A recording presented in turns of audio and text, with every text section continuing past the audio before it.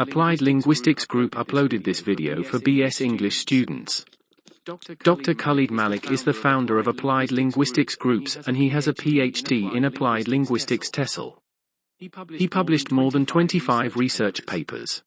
He taught a lot of foreign universities and presently admitted to a postdoctoral study in a Canadian university. Join Applied Linguistics Group at youtube.com/@1966 Pakistani or copying or downloading a QR code to join at. Characteristics of language, design features. Design features. 1.1 About human language. Language is a system of communication uniquely associated with humans and distinguished by its capacity to express complex ideas. Notably, studies analyzing the various features of human language have informed our understanding of language as a distinctly human trait. Specifically, language is thought to possess a highly structured system of encoding and representing concepts through either speech sounds or manual gestures, depending on whether they are spoken or signed. Likewise, studies which have attempted to methodically dissect this system of human communication into various parts, or components, have informed our understanding of the reasons for the immense expressive power of language. We'll start off with a featural analysis of what defines a language, followed by an evaluation of these features with a specific focus on how human language can be compared to animal communication. 1.2 Hockett's design features. In 1960, the linguistic anthropologist Charles Francis Hockett conducted a pioneering featural study of language. In the study, he listed 13 design features that he deemed to be universal across the world's languages. More importantly, these features distinguished human language from animal communication. While the first 9 features could also match primate communications, the last 4 were solely reserved for human language. Later on, Hockett added another 3 features that he saw as unique to human language. Thus, it can be said that human language share a general set of features that help set it apart from communication among animals. 1.2.1 Vocal auditory channel. With the exception of signed languages, natural language is vocally transmitted by speakers as speech sounds and auditorily received by listeners as speech waves. Although writing and sign language both utilize the manual visual channel, the expression of human language primarily occurs in the vocal auditory channel. 1.2.2 Broadcast transmission and directional reception. Language signals, i.e. speech sounds, are emitted as waveforms, which are projected in all directions, broadcasted into auditory space, but are perceived by receiving listeners as emanating from a particular direction and point of origin, the vocalizing speaker. 1.2.3 Transitoriness. Language signals are considered temporal as sound waves rapidly fade after they are uttered. This characteristic is also known as rapid fading. In other words, this temporal nature of language signals requires humans to receive and interpret speech sounds at their time of utterance, since they are not subsequently recoverable. 1.2.4 Interchangeability. Humans can transmit and receive identical linguistic signals, and so are able to reproduce any linguistic message they understand. This allows for the interlocutory roles of speaker and a listener to alternate between the conversation's participants via turn-taking within the context of linguistic communication. 1.2.5 Total feedback. Humans have an ability to perceive the linguistic signals they transmit, i.e. they have understanding of what they are communicating to others. This allows them to continuously monitor their actions and output to ensure they are relaying what they are trying to express. 1.2.6 Specialization. Language signals are emitted for the sole purpose of communication, and not any other biological functions such as eating. In other words, language signals are intentional, and not just a side effect of another behavior. Contrasting example, biological functions which may have a communicative side effect, such as a panting dog which hangs out its tongue to cool off, biological, may simultaneously indicate to its owner that it is feeling hot or thirsty, communicative. 1.2.7 Semanticity. Specific language signals represent specific meanings, the associations are relatively fixed. An example is how a single object is represented by different language signals, i.e. words in different languages. In French, the word sail represents a white, crystalline substance consisting of sodium and chlorine atoms. Yet in English, this same substance is represented by the word salt. Likewise, the crying of babies may, depending on circumstance, convey to its parent that it requires milk, rest, or a change of clothes. 1.2.8 Arbitrariness. There is no intrinsic or logical connection between the form of specific language signals and the nature of the specific meanings they represent. Instead, the signal and the meaning are linked by either convention or instinct. Contrasting example, convents of aggression in crabs. Strongly threatened crabs express their potential intention to fight by raising their front claw, which is partially iconic given that crabs use their crawl pincers to attack prey and defend against predators. 1.2.9 Discreteness. Language signals are composed of basic units and are perceived as distinct and individuated. These units may be further classified into distinct categories. These basic units can be put in varying order to represent different meanings. The change in meaning is abrupt and rarely continuous. The 1st of February 10 Displacement. Displacement also includes prevarication, which is the ability to lie or produce utterances which do not correspond with reality. Language signals may be used to convey ideas about things not physically or temporally present at the time of the communicative event, such as a topic that is linked to the past or future. The 1st of February 11 Productivity.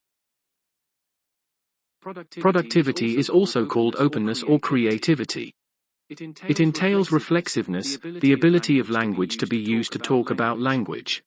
Humans can use language to understand and produce an indefinite number of novel utterances. The 1st of February 12 Cultural transmission. Although humans are born with the innate ability to learn language, they learn particular linguistic systems as their native languages from elders in their community.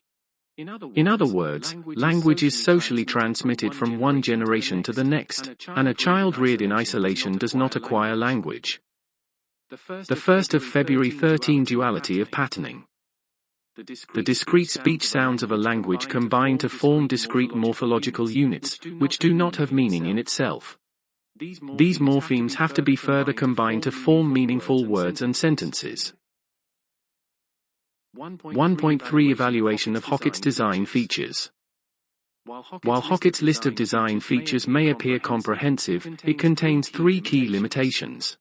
In other words, language is socially transmitted from one generation to the next, and a child reared in isolation does not acquire language. Firstly, Hockett's list is drawn up from the narrow perspective of spoken language. However, human language can be expressed in both the audio-vocal, spoken, and visuo-manual, sign, modes. Sign languages are equally complex and fully grammatical linguistic systems, Stocko, 2005. As Corballis, 2009, page 22, notes, there is growing evidence that the signed languages of the deaf have all of the grammatical and semantic sophistication of spoken languages, as exemplified by the fact that university-level instruction at Gallaudet University in Washington, D.C., is conducted entirely in American Sign Language, ASL. Therefore, his first 2 features, the vocal auditory channel and broadcast transmission and directional reception, are only relevant to the auditory nature of spoken language, and cannot be strictly considered necessary to human language. Secondly, Hockett's list is a plain compilation of all discernible features of human language. It does not indicate which features are critical to the linguistic system of communication. For example, the 6th and 7th features of specialization and semanticity are likely to be properties of all natural systems that have developed for communication, rather than human language per se. Thirdly, Hockett's list includes many features that relate to the physical characteristics and production of linguistic signs, either via speech or gestures, rather than language as a communicative tool per se. For example, the third and fifth features of transitoriness and total feedback appear to be more relevant to the physical, rather than semiotic, properties of the speech sounds and gestures used in spoken and sign languages. In other words, the fact that sound waves and physical gestures are spatially transmitted makes them necessarily transitory, feature 3, and perceptible to the producer at the same time, feature 5. Also, the fourth feature of interchangeability similarly appears more relevant to the physical ability of language users to imitate or reproduce the speech sounds or gestural signs used in spoken and sign languages, rather than their cognitive ability to use these signs communicatively. This therefore leaves only 6 main features: arbitrariness, discreteness, displacement, productivity, cultural transmission, and duality of patterning. However, in order to understand how these features are crucial to human language as a system of communication, a componential analysis, the focus of our next section, is in order. Charles Hockett. Design features of human language. Feature. Explanation. Vocal auditory channel. Communicator speaks, receiving individual hears. Broadcast transmission. Directional reception. Message goes out in all directions. Receiver can tell what direction message comes from. Sign language uses line-of-sight transmission instead. Rapid fading. Message is transitory and does not persist. Interchangeability. Transmitters can become receivers, and vice versa. We can each repeat any message. Total feedback. We hear all that we say. Specialization. We communicate just for the purpose of communicating, not incidentally to some other primary function. Direct energy consequences are unimportant. Semanticity. Symbols used, phonemes, morphemes, have particular meanings. Arbitrariness. Symbols are arbitrary. The word loud can be spoken softly. Whale is a smaller word than microorganism.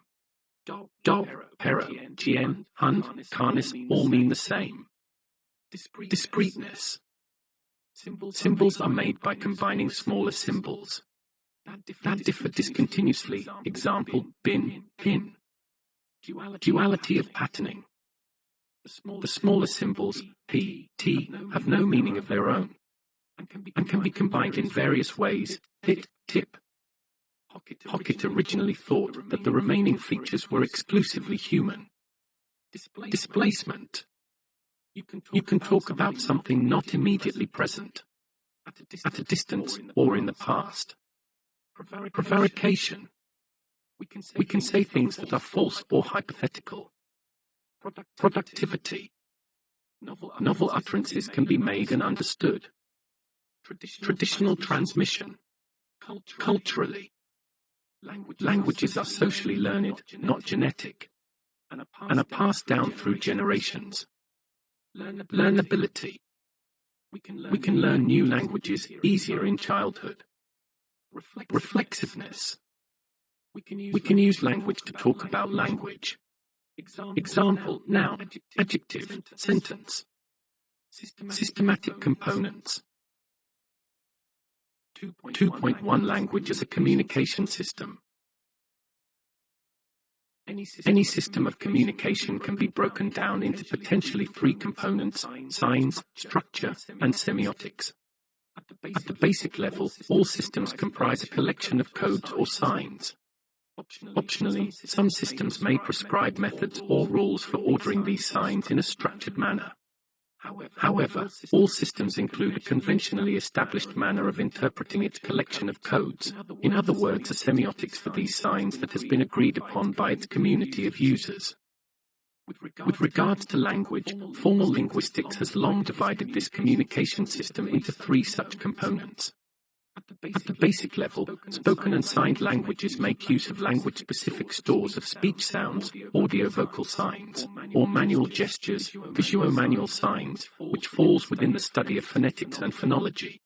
All languages employ a system of rules for combining and ordering these signs into structured words and sentences, which falls within the study of morphology and syntax. Finally, within a community of language users, there are conventionally established ways of interpreting these patterns of words and sentences, which falls within the study of semantics and pragmatics. Figure 1. A componential view of language as a communication system. Communicative. Linguistic. Collection of signs. Phonetics and phonology. Rules for structuring. Morphology and syntax. Conventions of interpretation. Semantics and pragmatics. 2.2 Language as a human cognitive faculty. In 2007, the evolutionary biologist William Tecumseh Fitch published an article on the evolution of language, in which he corresponded these three main components of language to three broad cognitive capacities underlying the human language faculty. In so doing, Fitch offered a view on the nature of language as a uniquely human communication system owing to its cognitive complexity across each of its three components. 2.2.1 Signal imitation. Natural languages have far larger stores of signs, traditionally, the number of consonant and vowel patterns in spoken languages, compared to other animal communication systems. Accordingly, Fitch argues that humans must possess the cognitive capacity for complex, structured imitation, the starting point for a community for language users to build up a large lexicon of mutually agreed upon signs. 2.2.2 Structure generation and mapping. Natural languages have various systems of rules of great complexity and computational power, which govern the combinatorial and hierarchical patternings of these signs. Accordingly, Fitch argues that humans must possess the cognitive capacity to process such computationally sophisticated rules, particularly those responsible for the key property of recursion in syntax. 2.2.3 Semiotic drive.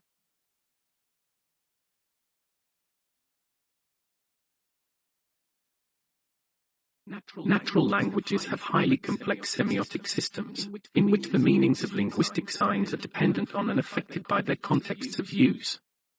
Crucially, language contrasts with other animal communication systems, in being a dedicated and intentional system for expressing and communicating ideas. For example, vervet monkeys instinctively produce alarm calls the moment they perceive nearby predators. However, language users do not find themselves compelled to speak or sign due to similar external influences. Thus, when humans use language, they do so with full intention.